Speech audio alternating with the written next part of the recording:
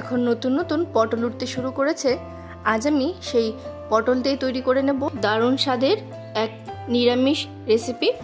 তাহলে চলুন রেসিপিটা শুরু করা যাক। আর সাথে আছে আমি সুস্মিতা, আপনারা দেখছেন আমার চ্যানেল পালবাড়ির কিচেন। পটলের এই রেসিপি তৈরি করার জন্য প্রথমে এখানে নিয়ে নিয়েছি আমি পটলগুলোকে আমি খোসা ছাড়িয়ে নিয়ে তারপর পটলগুলোকে আমি চিড়ে নিয়েছি। এইভাবে পটলগুলোকে কেটে নিয়েছি যাতে পটলের ভেতরে মশলাগুলো ঢুকে যায় আর ভেতর থেকে পটলটা খুব ভালোভাবে সেদ্ধ হয়ে যায়। সমস্ত পটলগুলো আমি এভাবেই কেটে নিয়েছি। এরপর একটা মশলা তৈরি করব। মিক্সিং জারে দিয়ে দিচ্ছি সাদা সর্ষে 2 চামচ, এরপর দিয়ে দেব পোস্ত 2 চামচ, এবার দিয়ে দিচ্ছি 3টে পাকা লঙ্কা। এরপর একটা মিহি পেস্ট আমি তৈরি করে নেব। মশলার পেস্ট তৈরি করে নেওয়া হয়ে গেছে। দেখুন কত স্মুথ একটা পেস্ট তৈরি হয়েছে। এরপর আমি কড়াই বসিয়ে দিয়েছি। কড়াইতে দিয়ে দিচ্ছি সর্ষের তেল। তেল গরম হয়ে গেছে, তেলটা একটু নাড়াচাড়া করে নিচ্ছি। প্রথমে পটলগুলোকে ভেজে নেব। পটলগুলো দিয়ে দিলাম। এরপর পটলটা ভাজার জন্য দিয়ে দেব সামান্য লবণ আর হলুদ। লবণ হলুদ দিয়ে পটলটা ভেজে নেব ভালোভাবে।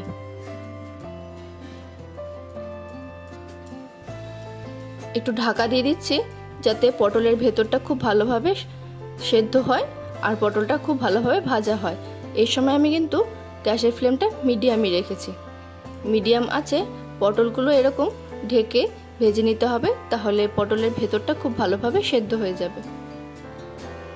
পটলটা খুব ভালোভাবে ভাজা হয়ে এসেছে, দেখুন চারপাশটা খুব ভালোভাবে ভাজা হয়ে গেছে। এরপর আমি তুলে নিচ্ছি।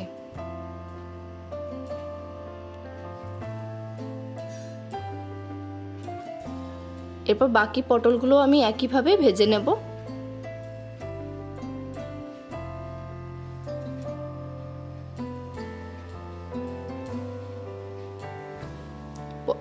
পটলগুলো ভেজে নেওয়া হয়ে গেছে। এরপর ওই তেলে ফোড়নে দিয়ে দিলাম কালো জিরে। ফোড়নটা নাড়াচাড়া করে নেওয়ার পর এরপর টমেটো কুচিটা দিয়ে দিয়েছি।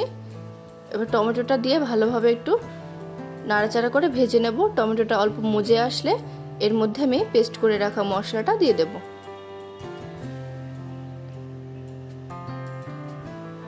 টমেটোটা অল্প নরম হয়ে গেছে, এই সময় আমি পেস্ট করে রাখা মশলাটা দিয়ে দিলাম।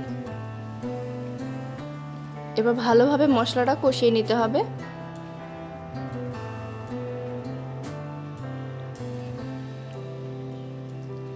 মশলা কষানোর সময় দিয়ে দেব স্বাদ অনুসারে লবণ আর পরিমাণ মতো হলুদ। লবণ হলুদ দিয়ে মশলাটা ভালোভাবে কষিয়ে নেব। এখানে আমি আর কোনো রকম মশলা ব্যবহার করব না। মশলাটা যখন অর্ধেক কষানো হয়ে যাবে সেই সময় ভেজে রাখা পটলগুলোকে এর মধ্যে আমি দিয়ে দিচ্ছি। এবার পটলের সাথে খুব ভালোভাবে মশলাটা কষিয়ে নিতে হবে।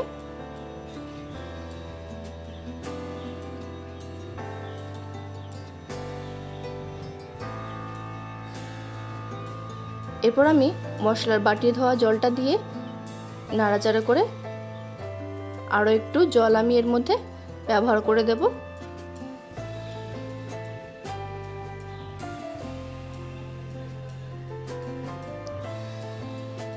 এরপর অল্প গ্রেভির জন্য এখানে আমি জল দিয়ে দিলাম সামান্য পরিমাণে।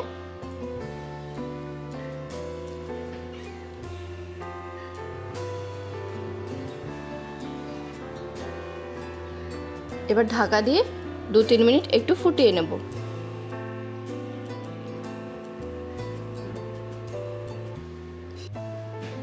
ঢাকনাটা খুলে এরপর একটু নাড়াচাড়া করে দেব।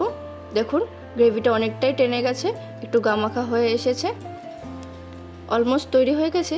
এখন আমি দিয়ে দেব সামান্য চিনি। যেহেতু এটা নিরামিষ রেসিপি, সামান্য চিনি দিলে খাবারের ব্যালেন্সটা খুব ভালো আসে। এরপর আরও একটু নাড়াচাড়া করে আমি গ্যাসের ফ্লেমটা বন্ধ করে দেবো।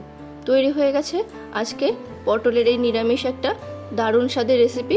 এটা আপনারা ভাত কিংবা রুটি পরোটার সাথে খেতে পারেন, দারুণ লাগে খেতে। বাড়িতে অবশ্যই একবার ট্রাই করে দেখবেন, আশা করি ভালো লাগবে। আজকে আমার এই ভিডিওটা আপনাদের কেমন লাগলো অবশ্যই একটা ছোট্ট কমেন্ট করে জানাবেন। ভালো লাগলে ভিডিওটিতে একটা লাইক করে দেবেন, আর আমার চ্যানেলটি সাবস্ক্রাইব করে পাশে থাকা বেল আইকনটা প্রেস করে দেবেন। তাহলে যখনই আমি একটা ভিডিও আপলোড করব তার ইনস্ট্যান্ট নোটিফিকেশন আপনাদের কাছে পৌঁছে যাবে। ধন্যবাদ।